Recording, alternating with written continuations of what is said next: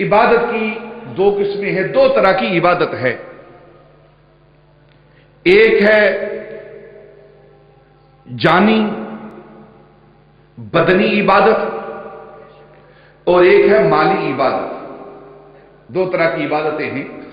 अल्लाह रब्बुल इज्जत की जो हम इबादत बजा लाते हैं, इसकी दो किस्में हैं, दो तरह की इबादत है। एक इबादत वो जिसका ताल्लुक इंसान के बदन और जिस्म के साथ है, और एक वो इबादत जिसका ताल्लुक इंसान के माल के साथ है। बदन की इबादत क्या है? नमाज, रोजा, कलेमा पढ़ना, नवाफल अदा करना, ये इंसान की बदन के साथ इसका ताल्लुक है। नमाज इंसान अदा करता है, रोजा रखता है, जुबान से अच्छे कलेमात कहता है, अल्लाह रब्बुल इज्जत की तौहीद का, नबी पाक सल्लल्लाहु अलैहि वसल्लम की रिसालत का, अशर नशर का, क़यामत का जो इजहार करता है या दिल से उसका इकरार करता है, तो इसका सारे का सारा ताल्लुक इंसान के बदन से है। और इस्लाम का एक अहम रुकन ज़कात है। इंसान ज़कात अदा करता है, अल्लाह रब्बुल इज्जत की इबादत अदा करता है ये ज़कात की सूरत में। तो ज़कात का ताल्लुक सिर्फ माल से है, सिर्फ माल से है। लेकिन हज एक ऐसी इबादत, एक ऐसी अजीम इबादत है जिसका ताल्लुक इंसान के बदन से भी है और इंसान के माल से भी है। गोया अल्लाह रब्बुल इज्जत ने हज की सूरत में दोनों चीजों को जमा कर दिया है। इंसान के बदन की कुव्वतों को भी जमा कर दिया है, इंसान के माल को भी जमा कर दिया है कि हज वो है जिसके अंदर माल भी खर्च होता है और इंसान की कुव्वत, एफर्ट और इंसान के जिस्म की तवानाइयां भी खर्च होती हैं। इंसान का बदन भी इस इबादत में मसरूफ होता है। ये ऐसी अहम इबादत है जो अल्लाह रब्बुल इज्जत ने अपने महबूब के उम्मतियों को ये इबादत अता फरमाई है। और अल्लाह रब्बुल इज्जत ने इरशाद फरमाया कि जो साहिब इस्तिताअत है, मन इस्तता इलैहि सबीला, जो अल्लाह रब्बुल इज्जत की राह में हज के लिए जाता है, उस पर हज फर्ज है। किस पर फर्ज है? जो इस्तिताअत रखता है। इस्तिताअत क्या है? हजरत इमाम शाफई रजी अल्लाह तआला अन्हु के नजदीक सिर्फ माल होना, जिसके पास माल है उस पर हज फर्ज हो जाता है। तो इस्तिताअत माल की सूरत में उन्होंने बयान की है हजरत इमाम शाफई रजी अल्लाह तआला अन्हु ने। हजरत इमाम मालिक रजी अल्लाह तआला अन्हु ने सिर्फ माल को इस्तिताअत गर्दाना है कि जिसके पास माल होगा, हजरत इमाम शाफी के नजदीक उस पर हज फर्ज है। और हजरत इमाम मालिक के नजदीक जो तवाना तंदुरुस्त बदन रखता है उस पर हज फर्ज है। लेकिन हजरत इमाम अबू हनीफा रजी अल्लाह तआला अन्हु आपकी फकाहत पर, आपकी हदीस की समझ पर कुर्बान जाएं, आपने ना फकत माल को इस्तिताअत गर्दाना है और न सिर्फ बदन को इस्तिताअत गर्दाना है, आपने फरमाया कि इंसान के पास माल भी हो और तंदुरुस्त और तवाना बदन भी हो, उस पर हज जो है वो फर्ज होता है। इंसान मालदार है, पहली दो सूरतों में जो हजरत इमाम शाफई और हजरत इमाम मालिक के हवाले से बात करता हूं, अगर उनकी शरायत के मुताबिक चला जाए, अगर किसी के पास माल है लेकिन बदन काम नहीं करता,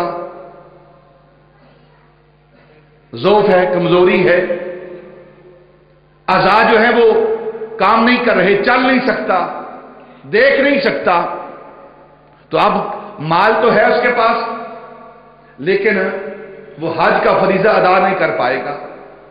इसी तरह बदन है, जिस्म है, तवाना जिस्म है, सेहतमंद जिस्म है, लेकिन सफर के अखराजात नहीं है, तो उस सूरत में भी इंसान हज ادا نہیں کر پائے گا تو حضرت امام ابو حنیفہ رضی اللہ تعالیٰ عنہ کی فقاہت پر قربان جائیے کہ آپ نے دونوں چیزوں کو شرط گردانا ہے کہ مال بھی ہو اور اس کے بعد توانا جسم بھی ہو. جب یہ دونوں چیزیں جمع ہوں گی تو وہ استطاعت کے زمرے میں آئے گا تو اس پر فریضہ حج جو ہے وہ مکمل ہوگا, حج اس پر فرض ہوگا. یہ حضرت امام ابو حنیفہ رضی اللہ تعالیٰ عنہ کا جو فقہ ہے, فقہ حنفی. لوگ اعتراض کرتے ہیں کہ حضرت امام ابو حنیفہ رضی اللہ تعالیٰ عنہ کو فقط چند احادیث یاد تھی. جب ان کی فقاہت کو دیکھتے ہیں, ان کے علم کو دیکھتے ہیں, جو انہوں نے جزیات دین کی بیان کی ہیں, تو پتہ چلتا ہے کہ حضرت امام ابو حنیفہ رضی اللہ تعالیٰ عنہ کی فقاہت, آپ کی فراست اور آپ کا فہم کس درجے کا تھا. جہاں بڑے بڑے علماء, فقہاء, محدثین, ائمہ کی نظر نہیں جاتی تھی, وہاں حضرت امام ابو حنیفہ رضی اللہ تعالیٰ عنہ کی فقاہت جاتی ہے. یہ برتری حاصل ہے حضرت امام ابو حنیفہ رضی اللہ تعالیٰ عنہ کو. تو جس کے پاس استطاعت ہے, استطاعت کیا ہے؟ مال بھی ہے اور صحت بھی ہے, بدن بھی ہے, توانا تندرست جسم بھی ہے, اس پر حج فرض ہے. اور میرے آقا تاجدار مدینہ صلی اللہ علیہ وسلم نے ارشاد فرمایا کہ جو شخص استطاعت رکھتا ہے, جسم بھی توانا ہے, اس کے پاس مال بھی ہے, اس کے باوجود وہ حج نہیں کرتا. یہ روایت مسلم شریف کے اندر, بخاری کے اندر, حدیث کی دیگر کتابوں کے اندر یہ روایت موجود ہے. اور اس روایت کے کرنے والے حضرت مولا علی رضی اللہ تعالیٰ عنہ ہیں. آپ فرماتے ہیں ہمارے آقا تاجدار مدینہ صلی اللہ علیہ وسلم نے ارشاد فرمایا کہ جو استطاعت رکھتا ہے, صاحب استطاعت ہے. آج ہمارے پاس پیسے بھی ہوتے ہیں, وقت بھی ہوتا ہے, فرصت بھی ہوتی ہے. فرصت کے حوالے سے بات کرتا چلوں کہ نیکی کے کاموں کے لیے فرصت نہیں, دنیا کے کاموں کے لیے وقت ضائع کرنے کے لیے فرصت ہے. جب نیکی کے کام کا کہا جائے تو اس وقت کاروبار میں مصروف ہیں, سیزن ہے, پھر آئندہ سال کر لیں گے. حالانکہ اللہ رب العزت اور اس کے محبوب نے کیا فرمایا ہے کہ جو ہی انسان پر وہ صاحب استطاعت ہوتا ہے, حج فرض ہو جاتا ہے, تو اسے چاہیے کہ پہلی فرصت میں وہ حج کا فریضہ ادا کرے. اور میرے آقا تاجدار مدینہ صلی اللہ علیہ وسلم نے ارشاد فرمایا کہ جس پر حج فرض ہوتا ہے, صاحب استطاعت ہو جاتا ہے, اور وہ حج نہیں کرتا اور اسے موت آ جاتی ہے, تو نبی پاک نے فرمایا مجھے کوئی پرواہ نہیں وہ یہودی ہو کر مرا ہے یا نصرانی ہو کر مرا ہے, مجھے اس کی کوئی پرواہ نہیں ہے. تو ہمیں چاہیے کہ جب اللہ رب العزت نے ہمیں استطاعت عطا فرمائی ہے, توفیق بخشی ہے, مال دیا ہے, صحت مند جسم دیا ہے, تو پھر دنیا کے سارے کاروبار دندے چھوڑ کر ہم اس فریضہ حج کو ادا کرنے کے لیے فوراً اللہ رب العزت کی بارگاہ میں لبیک کہتے ہوئے حاضر ہو جائیں. آپ نے فرمایا کہ مجھے اس شخص کی کوئی پرواہ نہیں ہے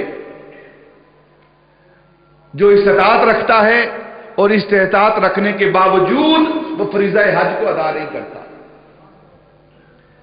یہ جو آیت مبارکہ آپ کے سامنے تلاوت کی گئی ہے, وَلِلَّهِ عَلَى النَّاسِ حِجُّ الْبَيْتِ مَنِ اسْتَطَاعَ إِلَيْهِ سَبِيلًا, یہ آیت مبارکہ مدینہ المنورہ میں نازل ہوئی. اور جب یہ آیت نازل ہوئی تو نبی پاک صلی اللہ علیہ وسلم تشریف فرما ہیں, صحابہ تشریف فرما ہیں. تو نبی پاک صلی اللہ علیہ وسلم آیا, لوگوں اللہ رب العزت کی طرف سے تم پر حج کو فرض کر دیا گیا ہے. جب نبی پاک صلی اللہ علیہ وسلم نے یہ ارشاد فرمایا تو صحابہ میں سے ایک صحابی, ایک شخص کھڑا ہوا جن کا نام افرا بن حابس رضی اللہ تعالیٰ عنہ ہے. آپ کھڑے ہوئے تو نبی پاک صلی اللہ علیہ وسلم کی ذات کی طرف مخاطب ہو کے کہنے لگے,